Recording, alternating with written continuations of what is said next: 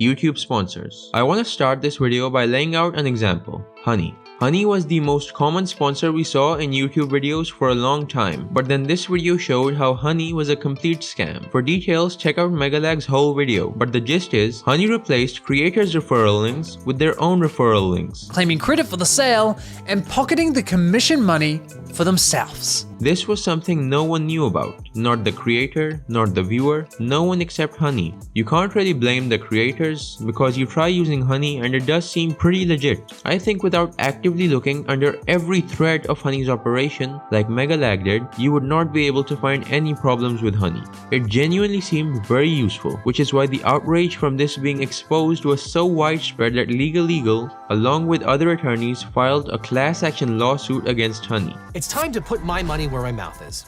So I, along with some other great attorneys, filed suit on behalf of all creators and businesses who have been harmed by Honey PayPal. To be fair though, there are actually some great sponsorships and companies that provide real products. Hopefully none of them have any dark secrets that will make me look stupid for mentioning them in this video, but Dbrand is an example. MKBHD is a popular YouTuber who has Dbrand as a long-term sponsor. Makes sense. Most people put a case on their phone and Dbrand makes good cases and screen protectors. It's a good match and the products look good too. The target audience for Dbrand's marketing coincides directly with Marquez's audience. It's a win-win for Dbrand, Marquez, and for the audience. An example with not such a direct congruence but still a good match is a company like Display. I've seen pretty good reviews of them online, and that is something else that doesn't seem like a scam.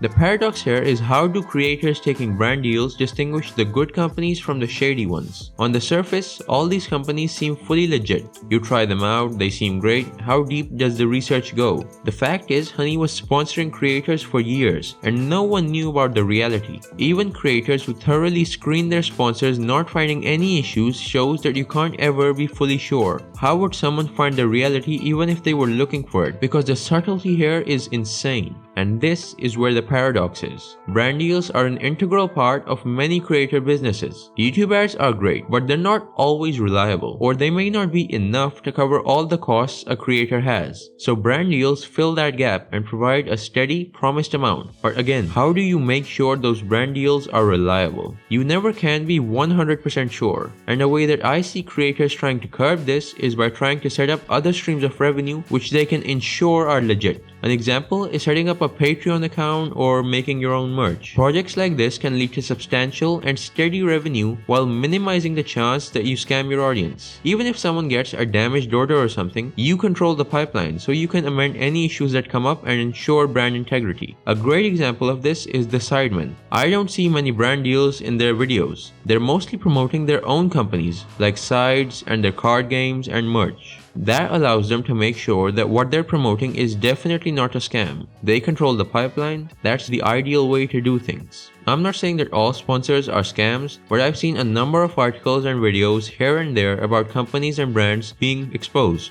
I guess that's why I decided to make this video, to just talk about that. You see brand deals in almost any high-profile creators' videos, and a lot of them do seem to be fully legit. Like, how is a razor company going to be a scam?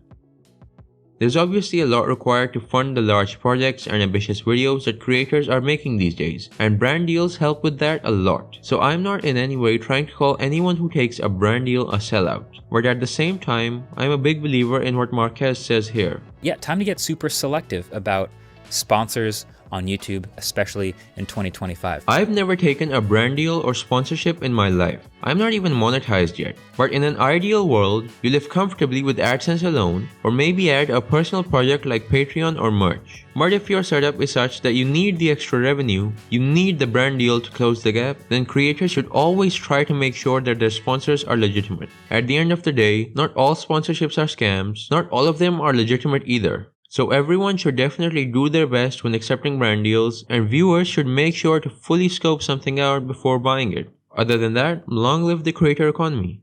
Thanks for watching.